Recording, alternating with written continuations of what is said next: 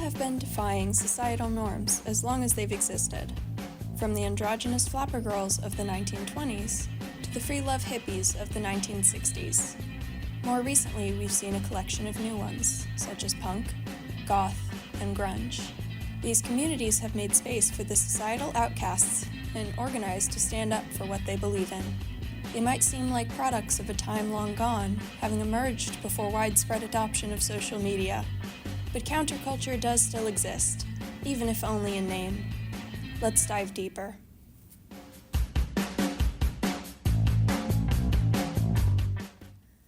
The emergence of punk in the 1970s brought with it a wave of political activism. Punks challenged what was seen as socially acceptable. They built safe spaces, both physical and ideological, in their communities. New York City punks were vocal advocates during the AIDS crisis in the 1980s, and Ottawa punks opened venues in their city for queer people and people of color to connect and feel safe, as described by Sarah Gilbard of McGill University. They were unafraid of authority and boldly put themselves on the front lines of social movements, decked out in gender-bending leather attire adorned with spikes. In the 1980s, mainstream culture embraced bright colors and pop music. Goth subculture, however, is known for dark Victorian themes and dreamlike music. Goths embraced the beauty of the darker, more grim things in life and rejected toxic positivity. As a result of this, goths were often mistreated and stereotyped as depressed or mentally ill. Still, they started the conversation that would be continued by the emo subculture in the 90s and 2000s. The conversation around mental health, a topic now considered far less taboo. The 90s brought the onset of grunge. This subculture also helped open discourse about mental illness and addiction. The nearby Riot Girl scene emerged to build a space for women in alternative rock.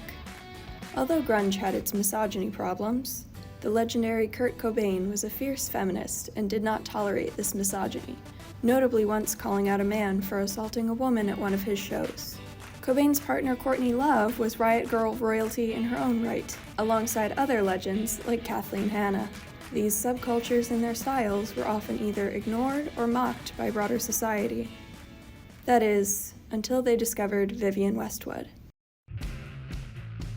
Vivienne Westwood was a punk activist best known for her high fashion brand by the same name. Throughout her life, she was avidly anti-establishment, speaking out on issues like climate change and rejecting fast fashion. Westwood brought punk style into the mainstream, with models like Kate Moss and Naomi Campbell sporting her creations.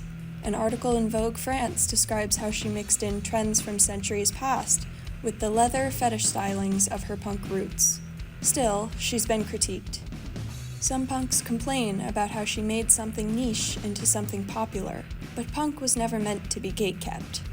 Another criticism is raised by Ruby Veridiano, who argues that Westwood's impact did have some positive effects for marginalized communities, but she has been accused of exploiting them for marketing purposes in her project Handmade with Love.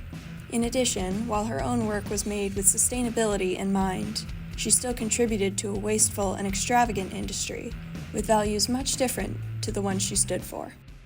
Anyone who pays attention to modern trends will know about the classic 20-year trend cycle.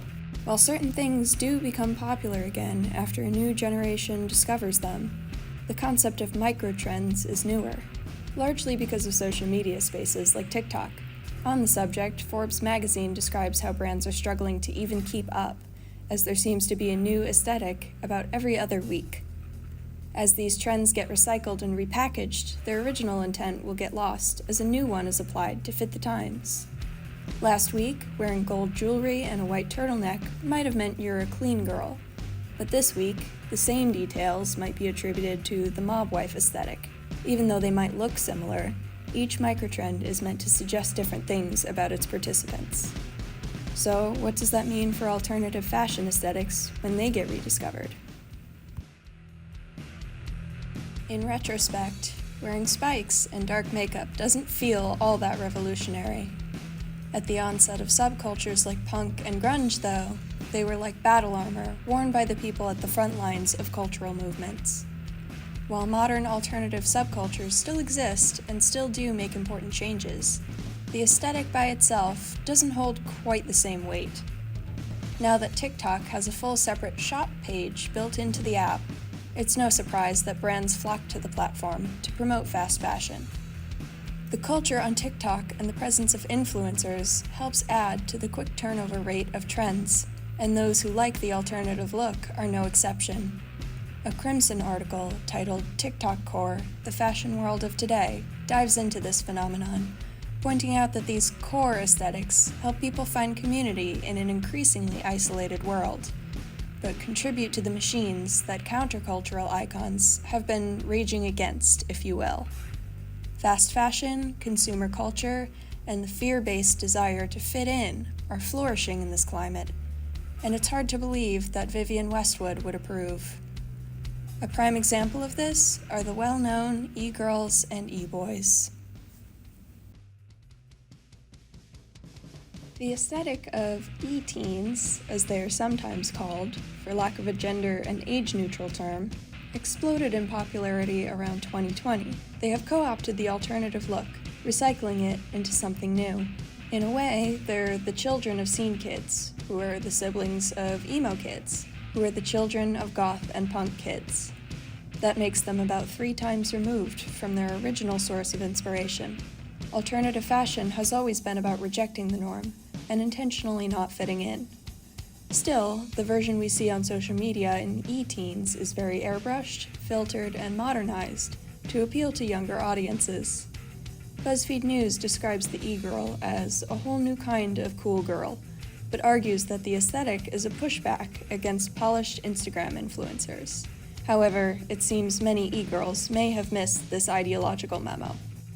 The e-teen aesthetic is also very gender-specific, with many hairstyles, articles of clothing, makeup, and body mods being associated strictly with either e-girls or e-boys, but not both.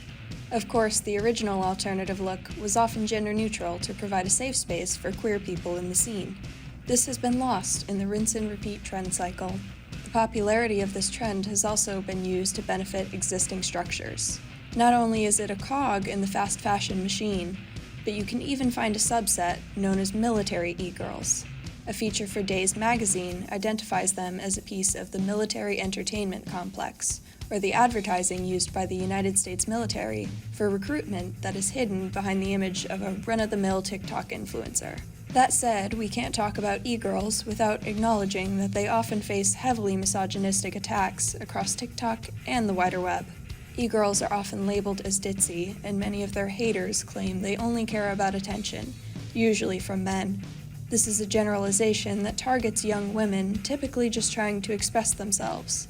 While e-boys are a bit less trendy, the e-girls could certainly use some people to stand up for them, and it would be pretty punk rock if the e-boys used their own privilege to stand up for their female counterparts. Everyone is free to express themselves in a way that represents their personality. Spending time in alternative communities, or even just adopting the look, is no exception and might even serve as a conduit for self-discovery. Still, it is important to learn the history of the activists who built the communities that young people, queer people, people of color, and other marginalized people call home. Our predecessors should be treated with respect and honored for their work to make cultural change, and the present-day alternative communities should live up to their name and continue to challenge these social norms in the name of a greater good.